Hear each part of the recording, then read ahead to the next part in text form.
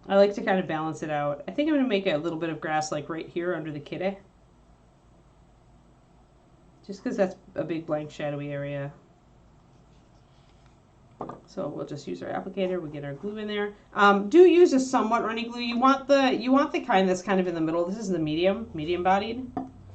You do not want gel because the surface of the gel is too firm and the static grass will not sit down in it. And you do not want super runny because it will go everywhere and you will have no control. Tapping, tapping, tapping, tapping, tapping, tapping, tapping. Tapping, tapping, tapping. I tap all the grass off.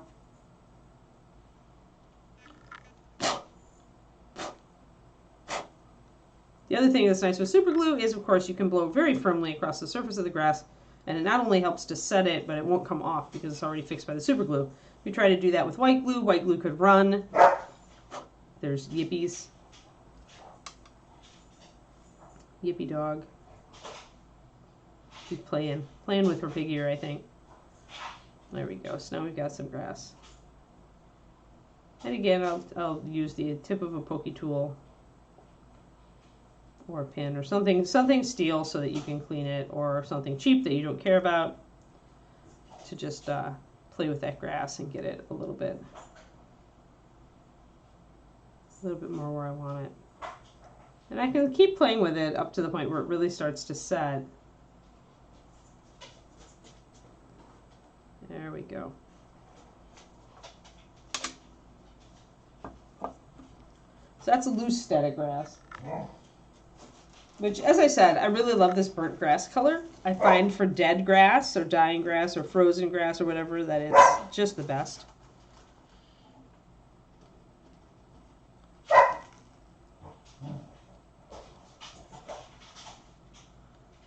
Slowest spam hammer ever.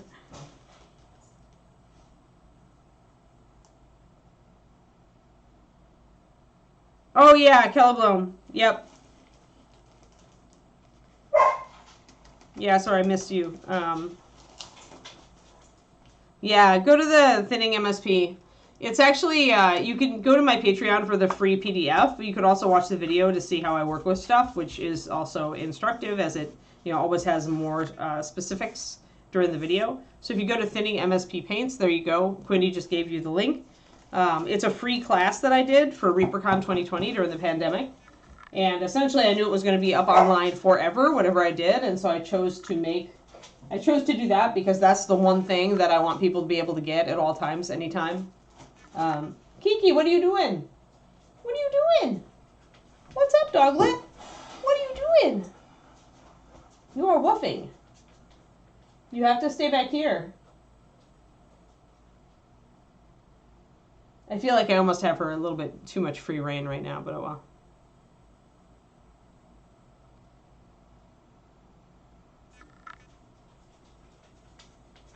I see.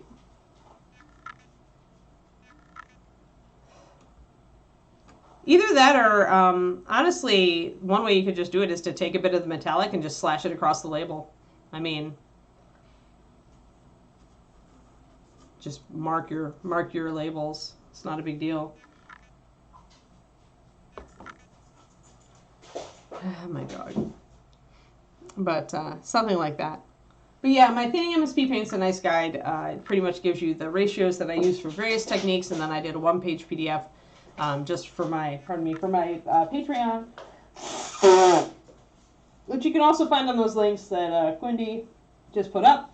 That's patreon.com/paintingbig. And they're free there, so I wanted that to be free also, so. Yeah, the problem is that it is difficult, Celeblome, because we had to actually cancel using our black caps, as they were just like being, I don't remember what Ed said, but we were shifting all the way to white, so I think they were getting harder to find. So several Reaper paint lines had black caps, and we may be still running through backstock, but I mean, either that or just take like a red or something that's super visible and just do like a red band across your metallics, like, or around your metallics. Something like that. Something that's to like, okay, now I can see it. Did you already eat almost that entire pig ear? Oh my god. Ermagerd dog. Now, I'm going to put my little leaves on, and then we're going to paint everything. Because I never use just flat up basing components. Not ever. I always paint it. Oh yeah, do a stripe. Yep. Yeah, or even yeah, that would work. Or any colored tape actually would work fine.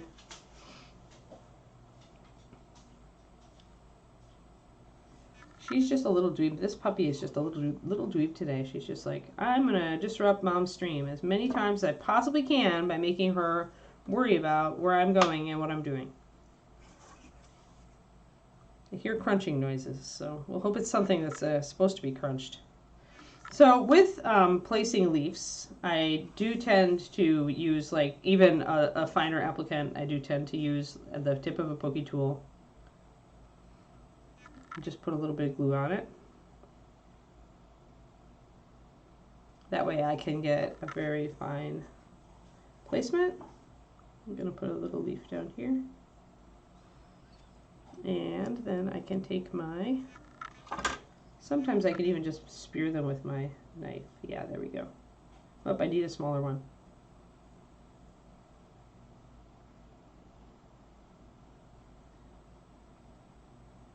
Boop.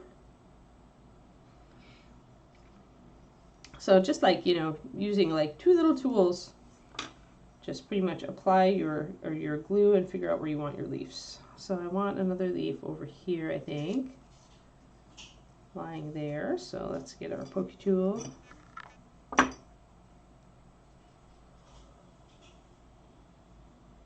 Old lady eyesight, yeah.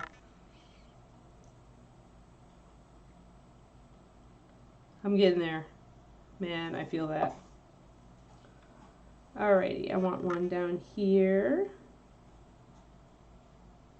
So I've got my nice little piece of glue, plop of glue. And I'm going to get my leaf. I can put a bigger leaf there, so I'm going to grab a real big one. My biggest one. And plop it on there. Yep. And it wants me to grab a different thing.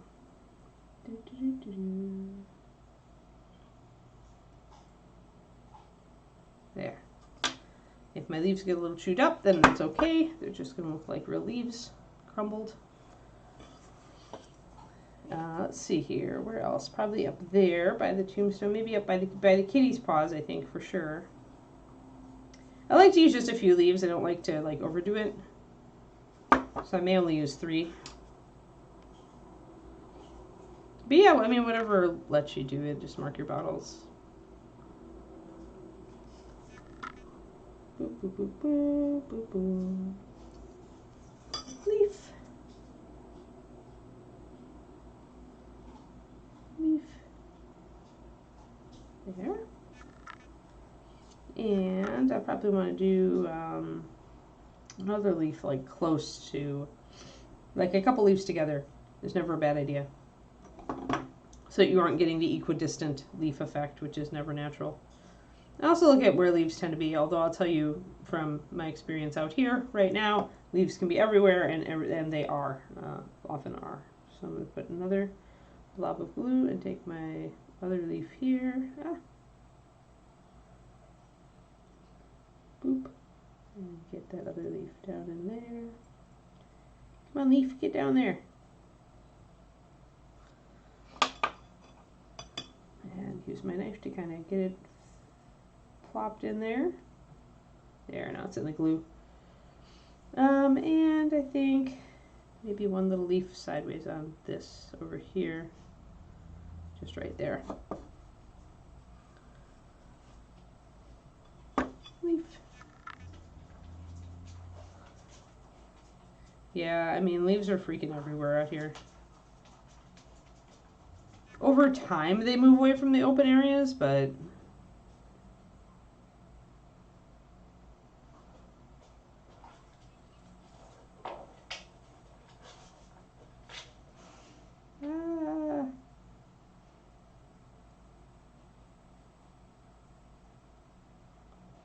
there, stay.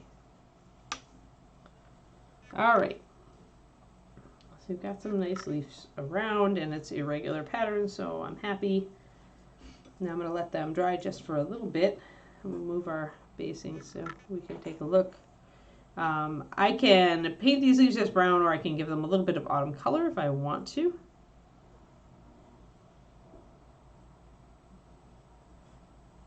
But yeah, so there's our leaves and grass and stuff. And it always helps to add a little bit of vegetation of some sort, just to give you more of a sense of place. If you want to clean off my pokey tool, I take my X-Acto knife, once my glue is dry, and I just scrape it. This will even work with super glue once it is set.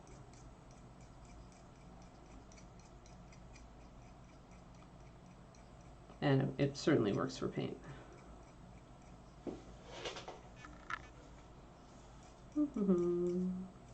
Had a little bit of tacky super glue still on there, so that's why we're getting that little burr at the end. There. It's very satisfying. It's very satisfying to clean off your pokey tools. Get that back to a fresh, clean pokey tool again. And get all the little paint particles. Okay, so clean this off, and then we're going to paint.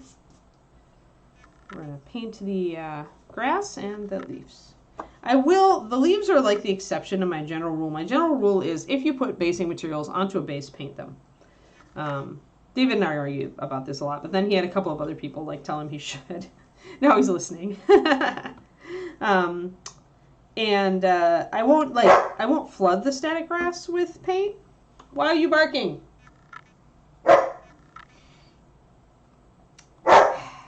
One second. What is offending you? What is offending you now? What? What are you barking at? No, you gotta settle, Dingo. Settle. Yeah, we're gonna put you in the hall, and you're gonna just deal. Oh, come on, Dingo. Come on out. Come on. Come on, you're a dingo. You're a dingo, all right. What is offending you? I don't know, but if it's in the bathroom, I'm about to close the bathroom door. Excuse me. This is also your source of cool air. Yeah, you are being kind of a turkey. Yeah? Yeah.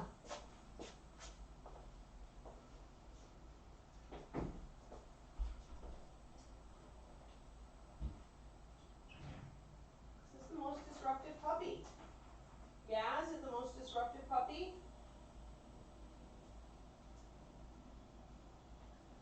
Leave it. Leave it now. Come on. Settle down, dog. Most disruptive puppy today, guys. It's Monday. Oh, hi. Hi, disruptive puppy. Yeah.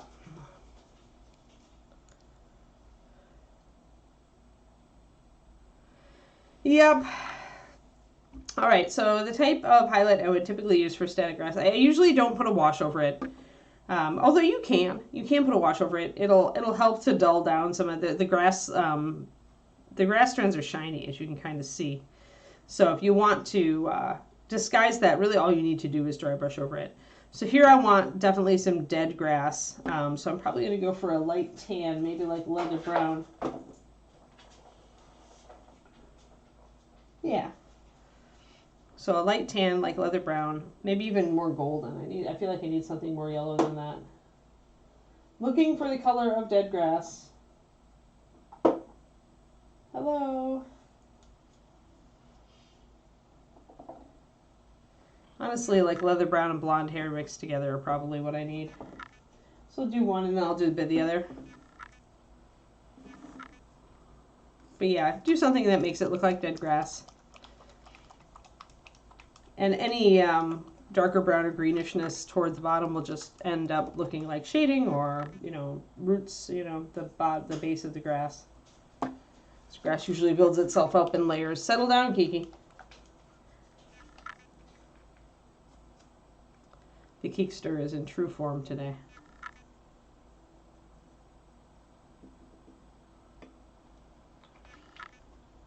And then I'm going to get rid of this. 1 second. I had a fishy cloth thing. I don't know where my little, I used to have a little dry brushing card, so I'll just have to grab a new one.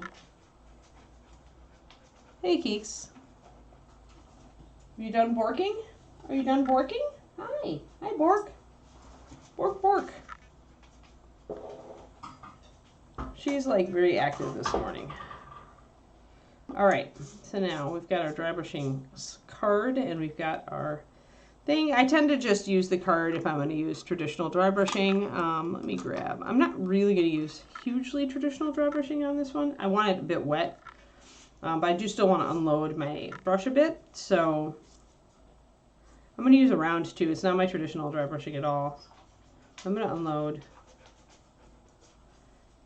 And I want the brush still fairly wet. And I'm just going to run it over the top of these little grass strands. I'm going to try to get all the ones that are kind of sticking out. Settle down, please, Kiki.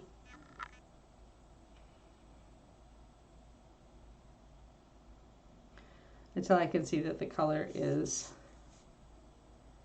that the shine is going down, the color is being taken up by the grass.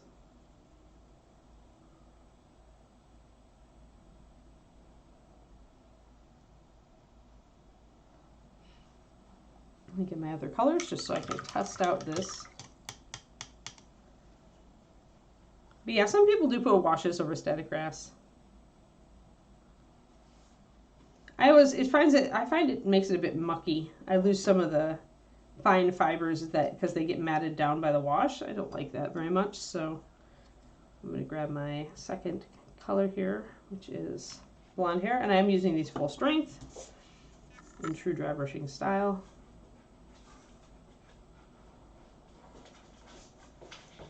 There we go. We may finally have a settled dog. Maybe. And again, I've got a fair amount of paint on my brush. I'm not doing true dry brushing because I want control. All I need is a little less paint. So the blonde hair is actually a really good color for dried dead grass.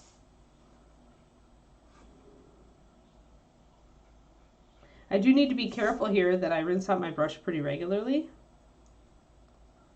because the paint will start to dry in it. And I may need one more highlight. I often will use a highlight, an off-white highlight as my lightest. But you can see there now the grass is really nice and prickly and looks dead. It's a good color combo. We still have a little bit of the original grass color showing through, plus our brown, plus our spiky, but it looks dry, it looks crispy. And more importantly, it fits in with everything on the rest of the base. It's not a different type of surface, right? I think I'm going to drop, I think I'm going to grab some of that and drop a little bit of white in it. I can even thin these paints a little bit. So I really just need it to adhere to the tops of the grasses, and it'll do that. Let me just put like one brush full of water around these. And putting a little water in them will make them stay wet on your palette. If you're doing this on the wet palette, obviously you want to do it right after you put the drop of paint down before it gets a lot of water wicked into it.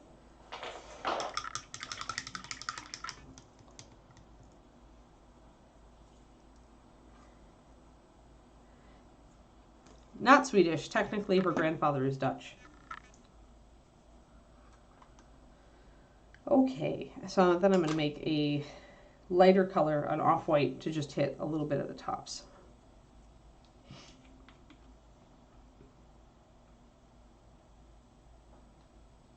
So we use that blonde hair color again. Since it's a yellow ochre, you could use a buckskin pale as well. There's all sorts of like amber gold. All of those original leather colors you could use.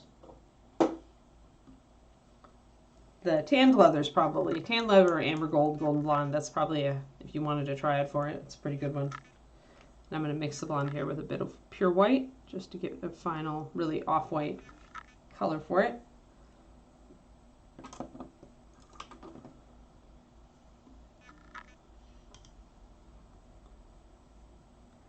So my nephew's gift got delayed in the mail, so it only arrived either super late last night or like early this morning. Not sure which. So that's kind of put my Christmas mailings off. I got my parents' stuff in the mail, but I'm a little bit afraid I'm going to have to expedite mail my brother's family stuff. I have to finish everything today. It would be fun, except that then it would get her all riled up again, and then she would be disruptive with the stream again, and then I would be sad. Because then the stream would become all about Kiki and less about learning stuff about painting. I don't know if Reaper, I mean, maybe Dave would. Maybe Dave would still pay me for a disruptive dog stream. So just a little bit over the top of this, not every bit of it, but just a light touch on the very tops with the off-white, just to make it a little crispier. And I like that color. It looks good on the base, so I'm going to use it on everything else. And I'm probably even going to, one thing you can do also is you can kind of stipple out this color around the grass to kind of imply that the grass extends further than it looks. Like, again, we're talking about a very small scale, right? So if I can work this color into the stonework out here to the random eye, it will extend the grass a little further than it actually is. It'll make it blend in a little bit better so it's not just a chunk. There. All right, let's go ahead and get the rest of this stuff. Ooh, yeah, Kiki did get me this morning. I have teeth marks. Keekster, you're just like something else lately. She gets a little bit too excited at the start of the stream. I may have to actually stop and put some antibacterial goo and stuff on that. But I'll do the grass first, and then we'll disrupt the stream yet again for Kiki. The other thing is if I get up, she's going to get up. So hopefully my wounds can hold a little bit. Obviously I need to keep antibacterial goo and band-aids around my streaming setup now.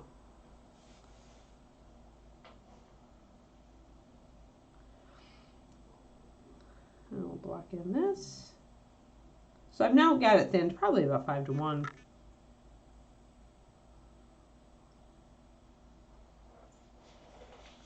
So yeah, David's parents arrive on Friday, and we shall see how it goes with the dog.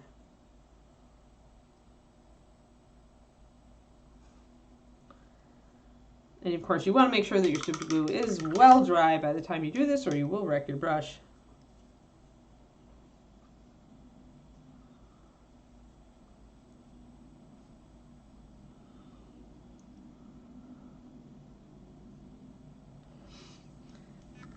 Yeah, because yeah, essentially if you guys want me to have more like wounds in my arms, then then we'll do the bark for channel points thing. Because yeah, that would totally get her very riled up very fast, and then I will be wounded. So again, a fair amount of this middle of this blonde hair color over the top of this stuff. Fair amount. I'm using my Reaper Zero on this. I want a fatter brush, but I also wanted a rounder brush because I wanted to be able to kind of get it more precisely.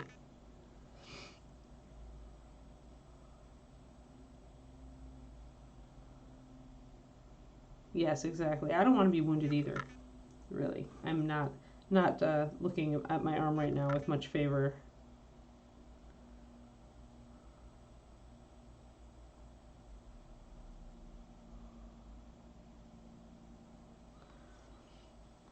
All right, and then a little bit of our off-white at the top.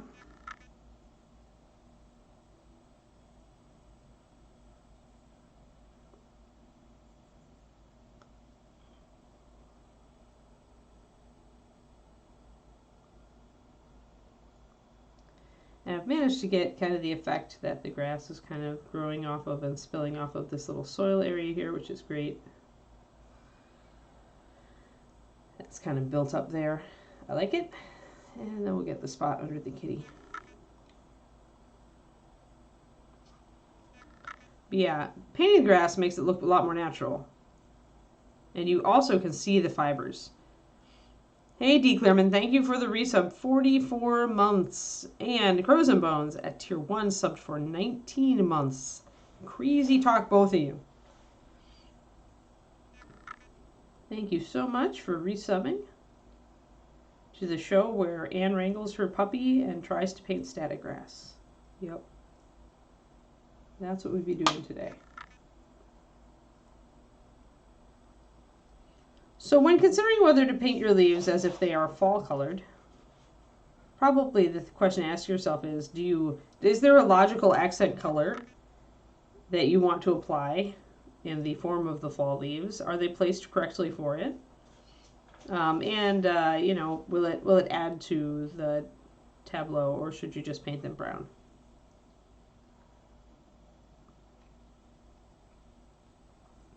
There we go.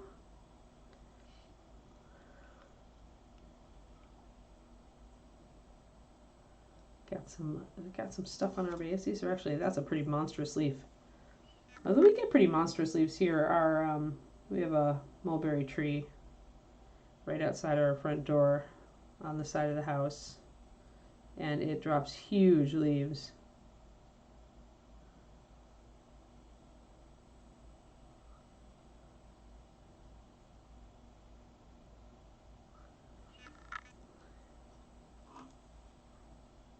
So I don't have a problem with huge leaves. And then a little bit more of this. But yeah, hopefully you guys can see that painting the static grass makes the fibers like stand out a lot more, makes it look a lot more like grass. And it covers over that shiny effect. Oh, a little bit on the edge of the base there.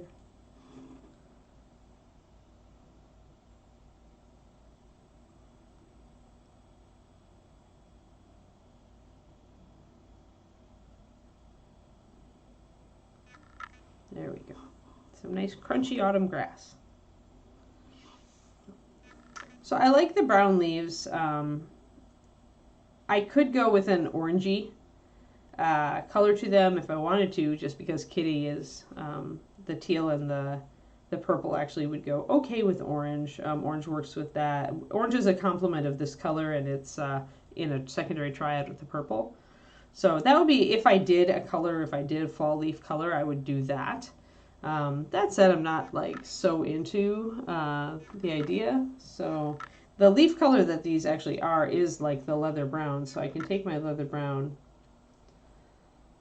and just paint over them a little bit. These are the one exception to my like don't or always paint your basic stuff rule. Sometimes, like right now, I'm just going to come in and kind of touch up a little bit. Add a little bit of color and maybe add a little bit of edge highlight to these guys.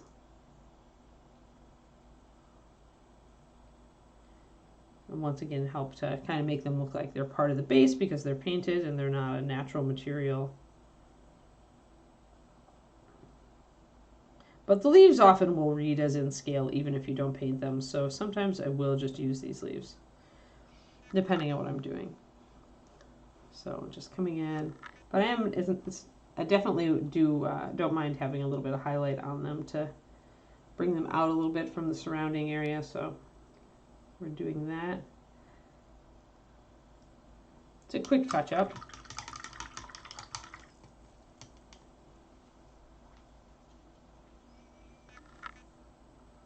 And once again, the colors I'm using are leather brown 9030, blonde hair 9257, and then a mix of blonde hair and pure white.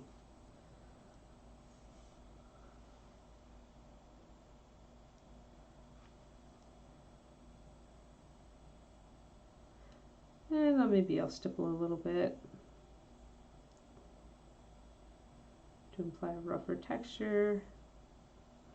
And that lets me just bring in some color and once again paint the surface.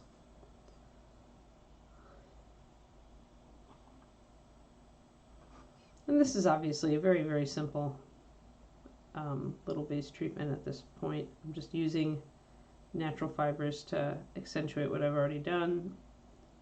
Simple enough for a you know, fun little mini diorama.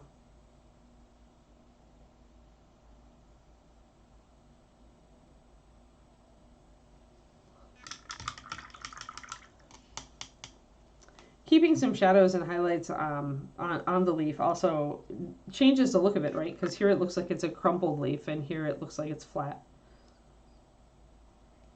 So back here, we've got 2 leaves here. One of them got pretty soaked in the super glue, so it's gone very dark and shiny. So we definitely need to save that leaf by putting some paint over the top of it to eliminate its shininess and bring it back out.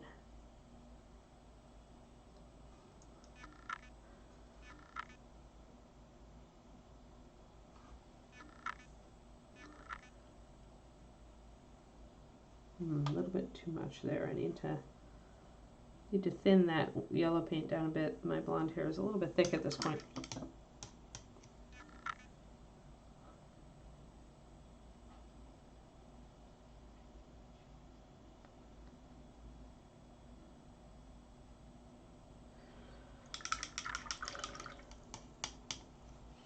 But yeah, I tried to make cookies yesterday because I wanted to send cookies to my brother and his wife with the package for with the kids' presents, and managed to fail on 2 batches, mostly because I'd done 1 mega batch and then split it because I forgot that I always mixed a stiffer flour into my almond flour, so they went flat. My poor Russian tea cakes were flat tea cakes.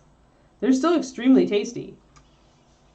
I have a batch that just crumbled and that into smaller crumbles, and I have a batch that that are cookie-like, but not mounded up like Russian tea cakes are supposed to be.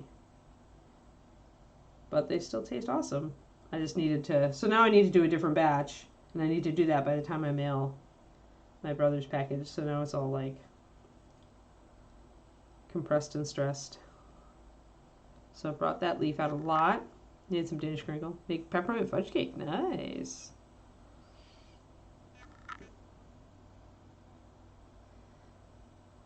Yeah, I ended up with more cookies that I'm going to eat than I expected, just because, you know, I can't mail the fails. Those are, so I plopped half of them in the freezer for later, and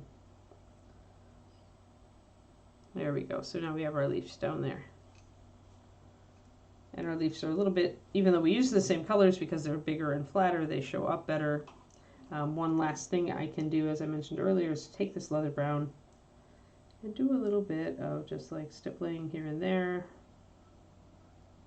on the stones to bring a different color in. I would do this kind of around the edges. And that brings some of our natural grass and soil colors into the rocks as a finishing touch, which makes it all integrate and look warmer and appear like it all belongs together.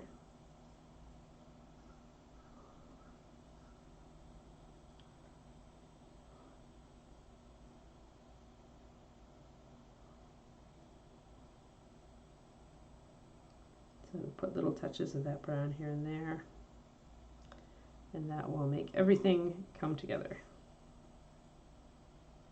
Browns and muted oranges make really good rock highlights anyway.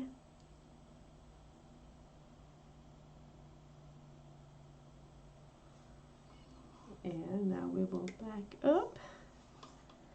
And we have a kitty diorama. Put a little bit, take a little bit of my cream color off white and do a couple of these rock edges too.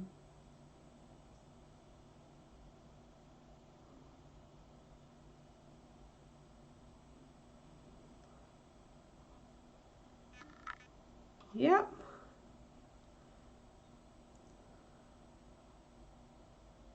Oh yeah, color bloom. I just had a nasty. I just had to wait forever for my nephew's gift, and that's why I'm so behind on mailing out my brother's stuff. Now I have to rush it. I always hate to rush. Plus, I'm probably gonna have to pay to expedite it to get it there on time for Christmas, which is really annoying.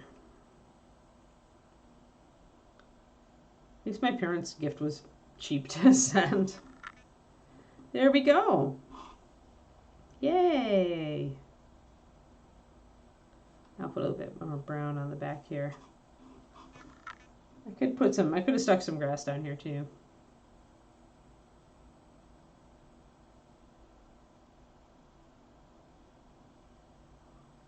And add little touches of brown here and there.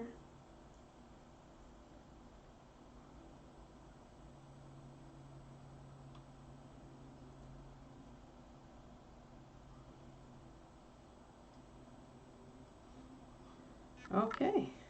Hey guys, look, we have a mini diorama. Yay!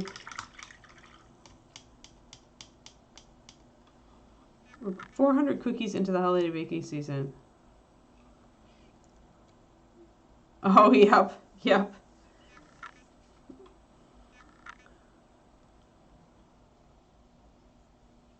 Yeah, that's true. Definitely the bright side, yes.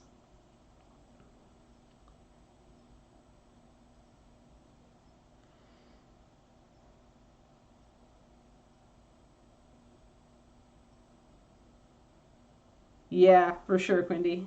Yeah, the Russian tea cakes are really simple too. I just forgot that because the almond flour is fatty, it tends to melt and compress a bit. And I always put in a stiffer flour, either a gluten-free AP or a I don't know, defatted almond flour to help with shaping, because that way the cookies will keep the right shape. But yeah, I totally forgot to do it, so I got pancakes. So they're simple, but you know, when you try to do gluten-free variants and you're not just using gluten-free all-purpose flour, then they're not so simple. So I recopied my recipe and I made a note. So this time I will remember next year. But yeah, so my task after this is to take Kiki for a walk and then mix up the dough so I can fridge it and I can bake it tonight. And I'll have to go and mail everything tomorrow instead of today. 'Cause just unless I just want to not do the cookies at all, which is kind of a bummer because I was kind of like, you know, thinking, yeah, I can do the cookies. Oh, man. Right, Calablum, right. Yeah, that is the problem. That is the problem. Oh, well. Well, there we go, guys. We've got our happy little here. Let's sign it. Since I have a color out, I can do my signature. Oh. I want a skinnier brush than that. There.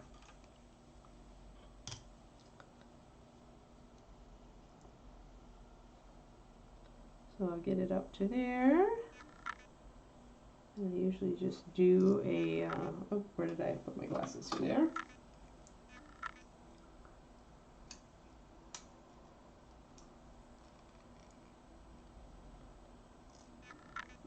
Yeah. That probably need a little bit thicker color than that. So I do my little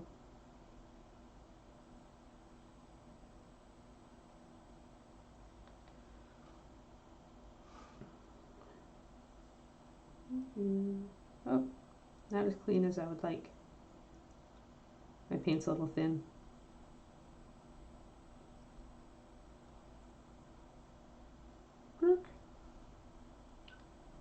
I'll grab my slightly thicker paint. They're birch pod seeds, I believe, Twisted Oma.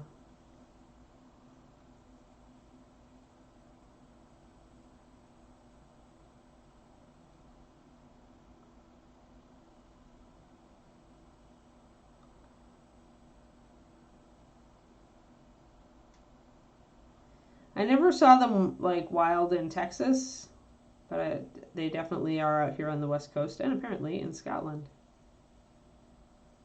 There we go. And then I usually also put what year it is.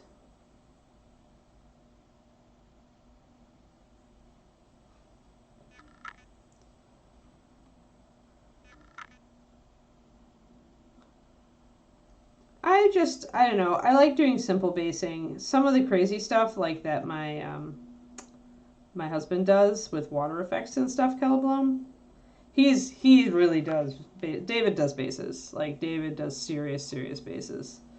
There we go. Yay! Halloween's over! Yay!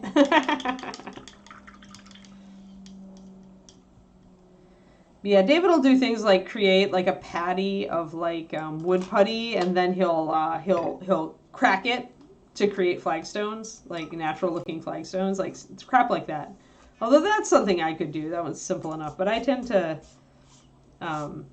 with basing I do for this kind of thing, and then I definitely gravitate toward green stuff and cork and natural basing stuff. Oh, miniature. Yeah, if you search for miniature leaves, you'll find it on Amazon. Yep, I imagine. So yeah, so that gave us a little thing. So yay. Well, we've at least got a nice little diorama. Ron will get this one, I think. We can put Kidde. Kidde is officially finished. Kidde finished. Yay! And now, we're back to Cat. We've got 2 1/3 days. Yeah, and dollhouse suppliers. Yep. But which I didn't know, but it makes sense. All right. Well, Kitty Cat, these are not the colors I was going to use on you. I was going to use a... Oh, did I put my creamy ivory in the other room? Of course I did. I think I'm going to use this in shield brown. Where's my shield brown? That is saddle brown. That is not shield brown. There we go. I think I'm going to use these two, Nod Bone and Shield Brown, to make a Mama-san colored Christmas kitty.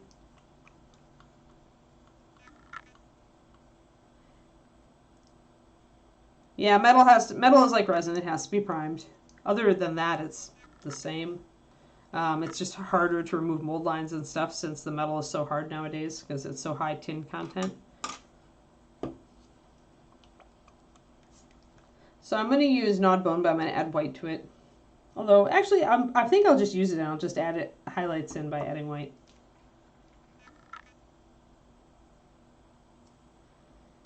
Yeah, really, painting a miniature is painting a miniature. It's just, do you have to prime it or don't you have to prime it?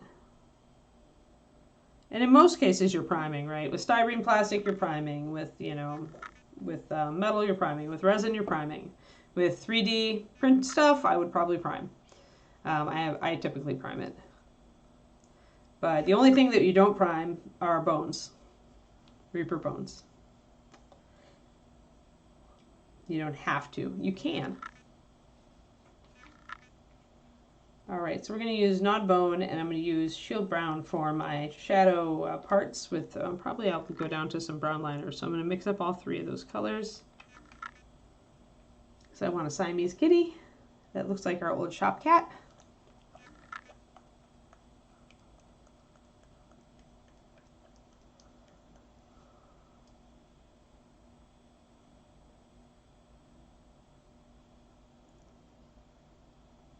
Nope, just, any miniatures primer. If you use it like Games Workshop, Tamiya, all those work on metal.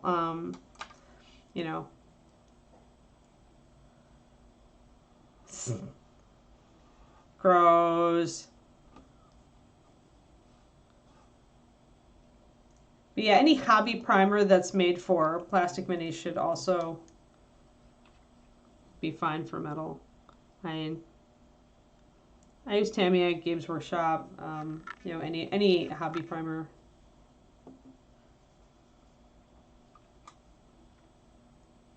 Even automotive primers, if you do the fine sandable, you can even use automotive primers on metal, which are cheaper, but they're also goopier, and if you don't have a fine touch with them, you can cover up detail pretty easily.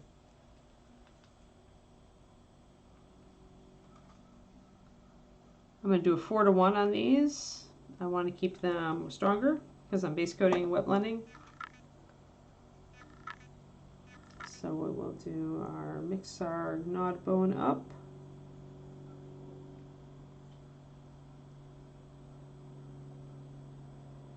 And get over in here into our Shield Brown. And from our Shield Brown into our brown liner.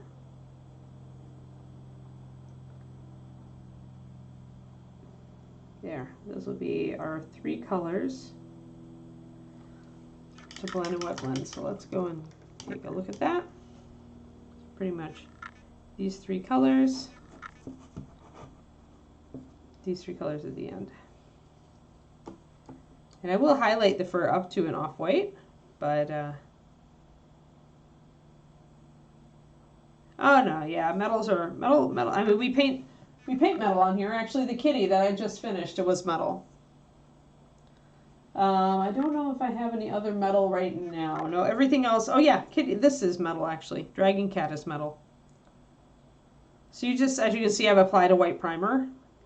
You can see the cat has a white primer and the base has a white primer on it. But otherwise, the biggest thing about it, Colourblum, is actually somebody else mentioned this. They do chip easier than other things because they're heavy and the tips are, you know, where things are where tips are coming out is sharp. And the paint doesn't naturally bond to metal, right? It's bonding to the primer, which is bonding to the metal. So if you handle metal miniatures a lot, they are prone to rubbing off a little bits. Like here, if I would say the most prone rub off bits here are going to be the tips of the wings, the tree back here, and probably the cat's ears. Because if I pick it up, I'm most likely to pick it up like that. So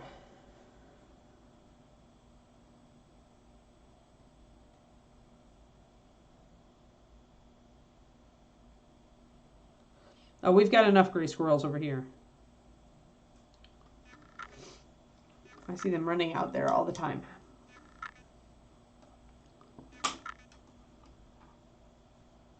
Yeah, usually that's where you want to put a layer of brush-on sealer or a varnish. Obviously, if you don't watch out what varnish you use, they're going to be shiny. Yeah, most people would do that. They would put sealer on metal models. I don't find it necessary to seal resin or plastic these days, but I will sometimes put a coat onto metal models or two, especially if I'm going to be giving those models to somebody like Reaper, just to make sure that they are somewhat protected. I'm going to just paint on this cream color.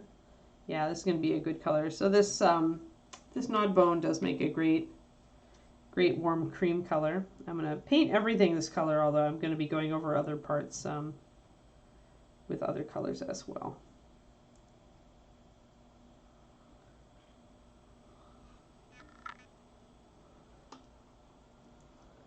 I like the brush-on sealer because if something like a sword bends, the Reaper brush-on sealer tends to bend with it instead of cracking.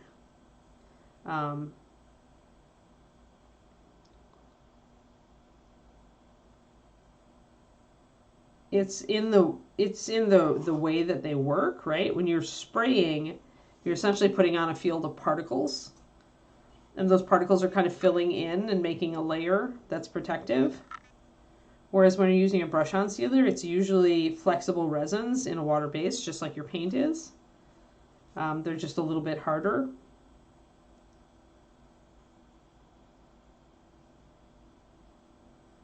But because those resins do have some flexibility, they do tend to bend with the paint, whereas a spray-on varnish won't. So like with this model, I wouldn't worry about the bending because it doesn't have like swords or long weapons. It's just a cat.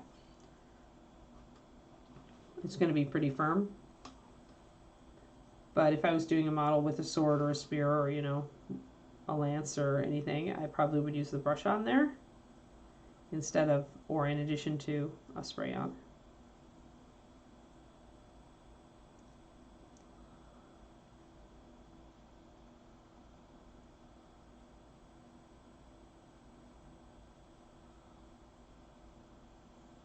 That's nice. Mr. Happy Super Clear Matte, huh? Make a note, everybody.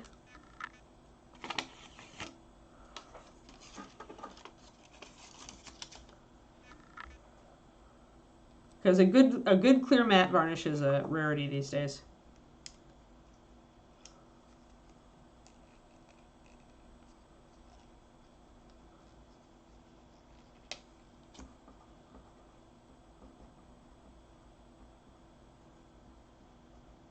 I'm making a note of that to look into it.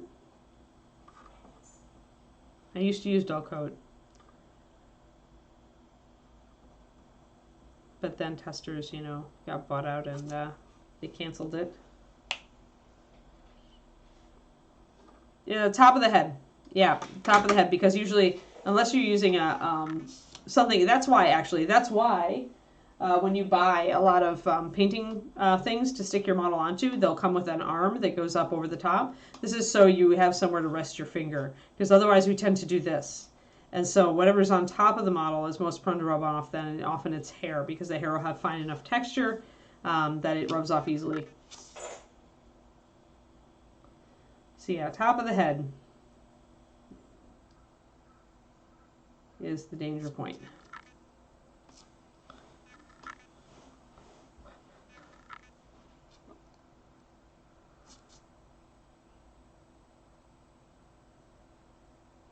So I'm putting down a solid coat of my cream color first, and then I'm going to go over the top of it. Because if I'm going to wet blend, well, I do want to have a solid coat of paint down first.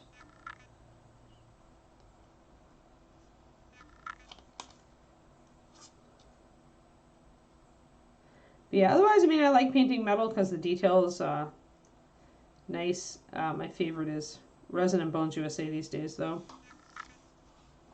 Or to give Bones USA its real name, Cyocast. If more companies started using Cyocast, I'd be super happy.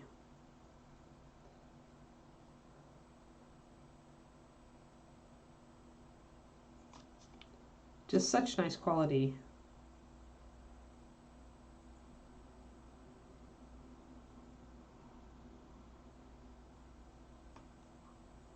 I'll probably be doing the wings a darker brown, just like the paws, but for now, we're going to paint everything light.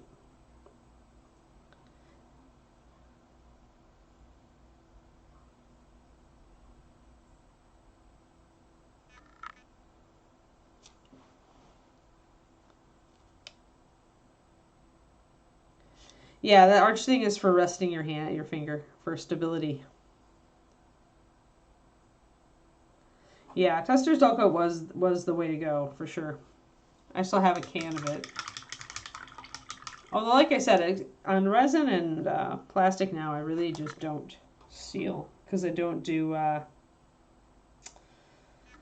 pardon me guys, I just noticed a little bit there that I might have to rub off of here. A little bit of mold line or something. Yeah, I don't seal a lot anymore, but I used to like require Tester's dull coat to paint because I was using Vallejo and it would rub off if you sneezed at it with the thinness I used it at.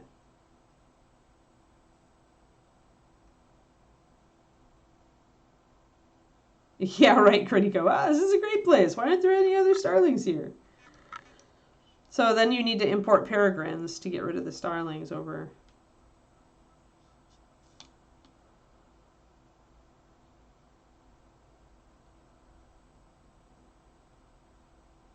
AK Ultra Matte. Is it a spray or a brush on Dogfather?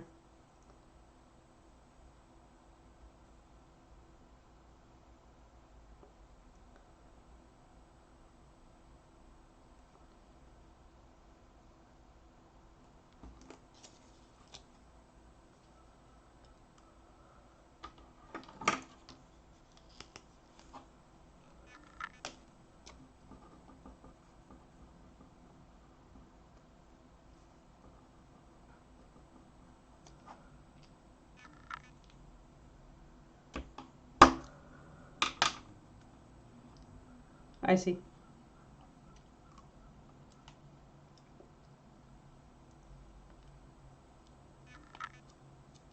Yeah, I'm back and forth on AK products.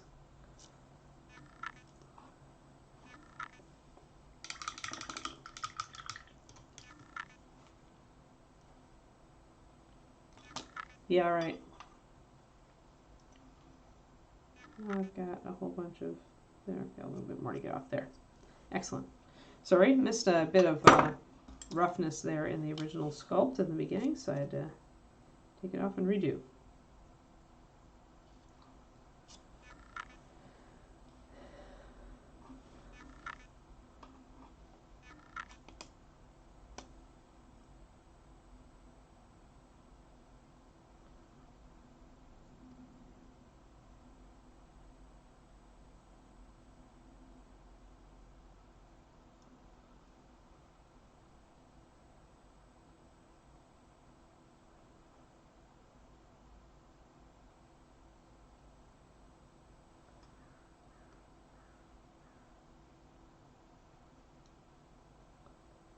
There we go, just trying to get that tail locked in there, even though it is going to be darker.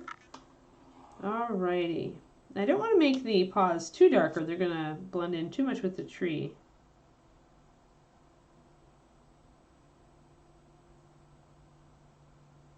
We've got our little claws here too.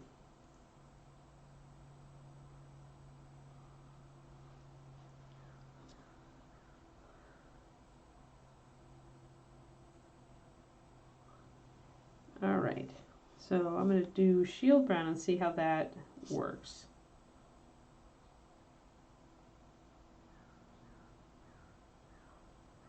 Probably going to have to darken it down just a bit. And my brown liner here is both a shader and a liner for me.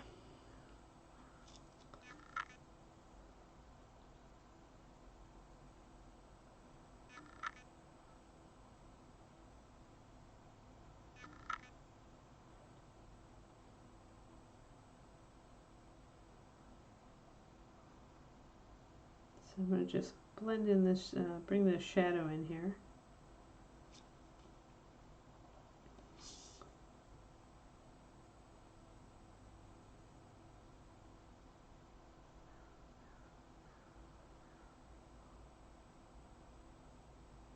So kind of ending up on a mix of the shield brown and brown liner here for the darker paws.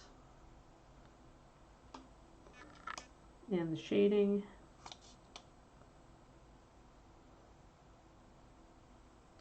So let's block in some shadows.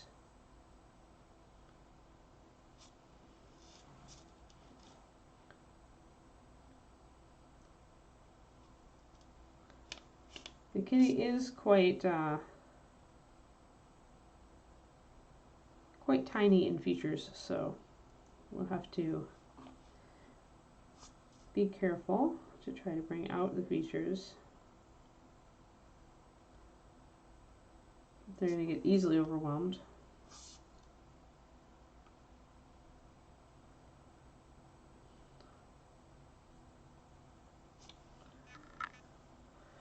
We got a little bit of shading, blocking in on this side. Yep. Have fun, Crowley. Thanks for tuning in. Yep, and you too, Turgeon.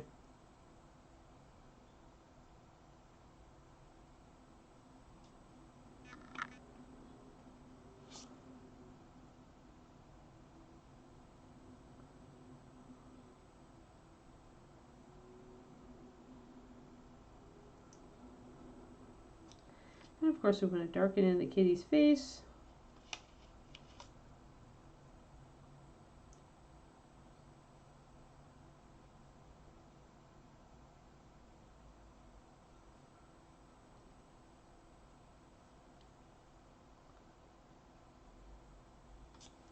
I'm going to actually look up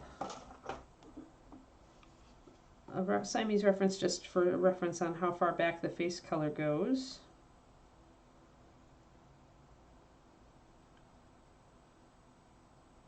I don't think it goes back all that. Oh, some are darker than others. So some would go like out. We probably, this fringe around the side of the face though will still stay lighter. So we really have a diamond shape is what we're trying to capture here. Is there's a diamond shape that goes from both cheekbones to the end of the muzzle and then to the tip on the forehead.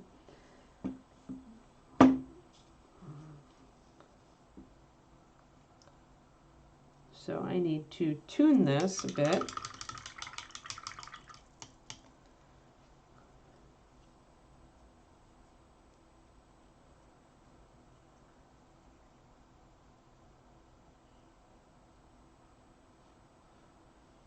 It's good that peregrines are successful in cities though, because otherwise the poor things would be in trouble.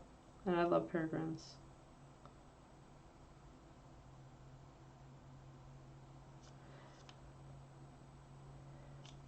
It may make problems for humans, but I get pretty happy when animals adapt, animal species adapt, when we've been so, kicking them out of their habitat. Let me see about ears. Yep, the ears are dark with light insides, so we want to do that. And I'll be darkening this down a bit too, so grab my brown liner.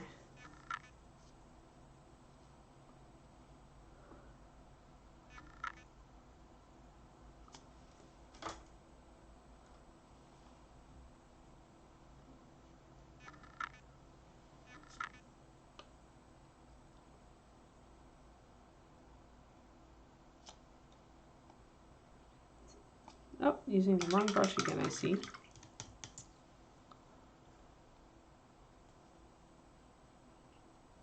Yeah, fluffy trim is definitely wearing on brushes a bit. I'm switching to my Winsor Newton Series 7. Been trying to use it more.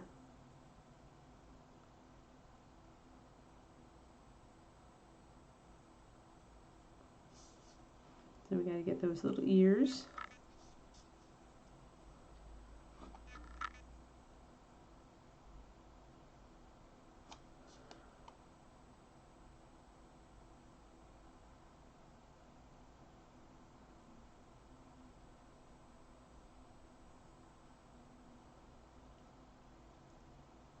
And then we'll come in and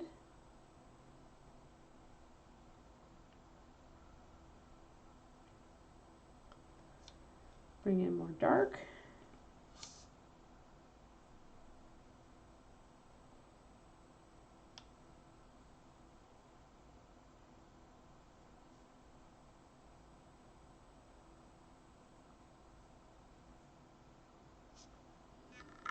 Darker face.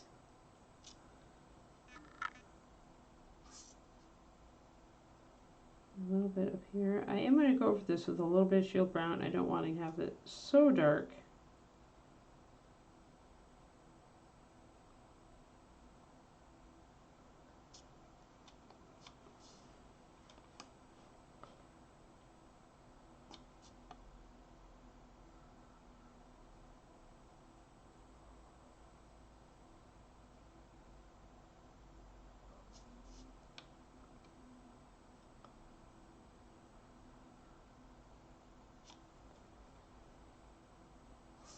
So I kind of want a mixture of the shield brown and the brown liner because the brown liner is so very dark, which is fine for a seal point Siamese, but I want a little bit more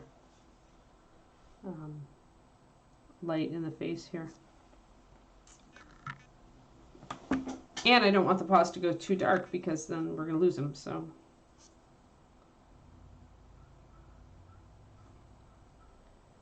what I'll likely do is darken these down a little bit with the brown liner and then highlight them with the other stuff. So yeah, because the paw is really going to disappear there. So though there is enough you know, present to that you get the shape of it because it's a Siamese. So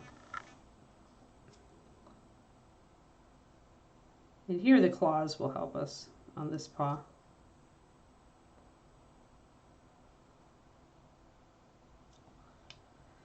David's parents arrive Friday. Oof.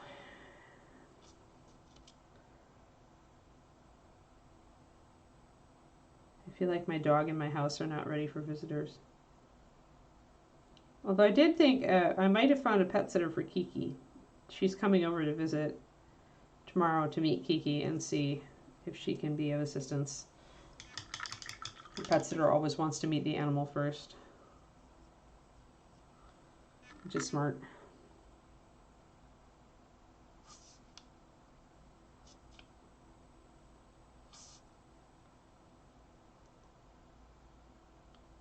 So we'll see if Kiki scares her away.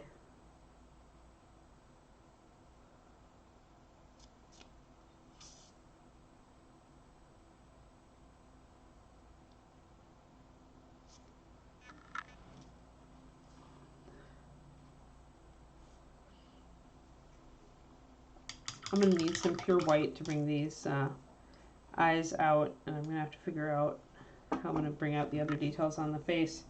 That's the problem with Siamese cats, is like the face tends to just disappear into this blob because the nose is black.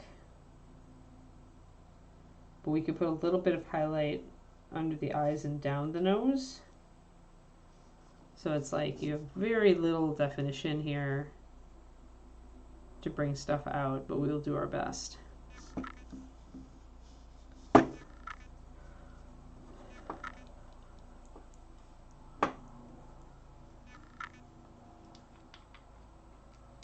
And we are actually at a good stopping point, so I'm going to actually just grab a little bit of white just so I can block in the eyes.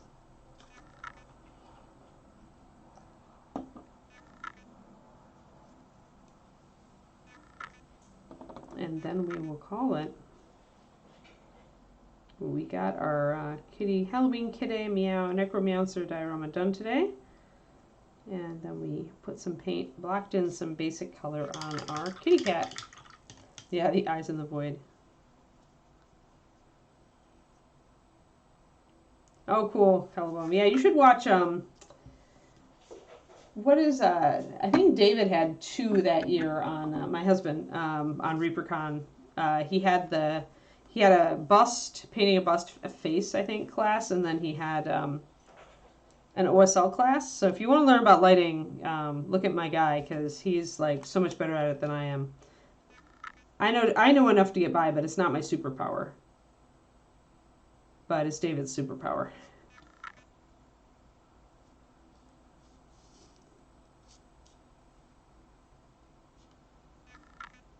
So I think those are both free on Reaper's YouTube. Man, I'm trying to get these little eyeballs. Little tiny eyeballs. Need more water. Don't have enough water in my paint.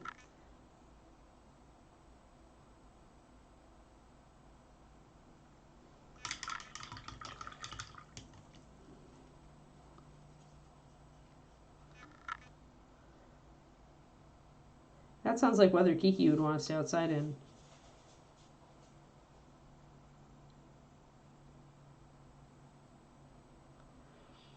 She really dislikes the warm. If I crack open the door for her. Hi, did I say your name? Is it time? Come here, Keeks, come here. Come on, Keeker. Hi, yeah, you can come over here now. Good girl. Hi there, sleepy Keeker. Keeker who just woke up, who heard her name. Yes. Good girl. So we're blocking these eyes just a bit, and we're gonna return to our kitty, our newest kitty, tomorrow. Let's see, there's the nose. I'm just gonna like kind of get the nose in the bottom of that jaw.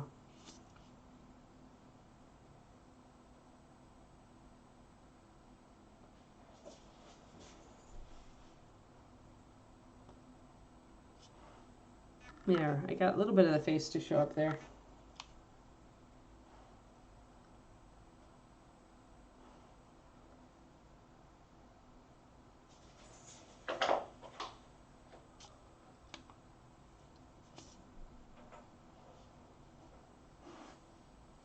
Alrighty, I think that'll be okay. So we're getting that, the little gremlin face is starting to come out. We got some of our darks coming in. I'm kind of like playing around with it to see where I want it. Polar bear vortex. Ah, fine. All right. But we're getting there. We're slowly just blocking in where we want our darks and lights. And like I said, his wings are probably going to go dark as well. So I'm going to make a little card for the cat. Just to make a note of my colors.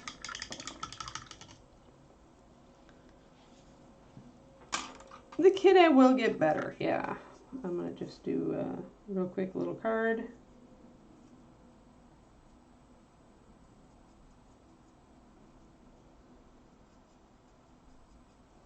Just for the kitty.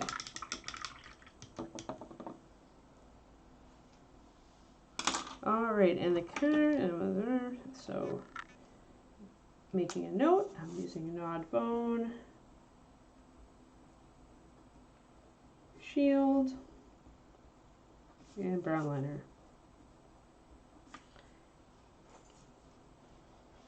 Christmas kitty. kitty, actually. There, Christmas kitty. Alrighty. Yes, and I do think that the cream color is good. It's working well with the rest of the tree, so I think it'll be a good color choice. So good deal. All right, guys. So we will be back tomorrow with our Christmas kitty. I hope you had fun today. I'm sorry for the vast amount of disruption from my puppet earlier in the stream. But yeah, yep, and 2 p.m. for Rhonda. Yeah. So, all right. Have a fun day, guys. I hope you survive your Mondays. I hope I survive mine. And I'll talk to you later. Bye-bye.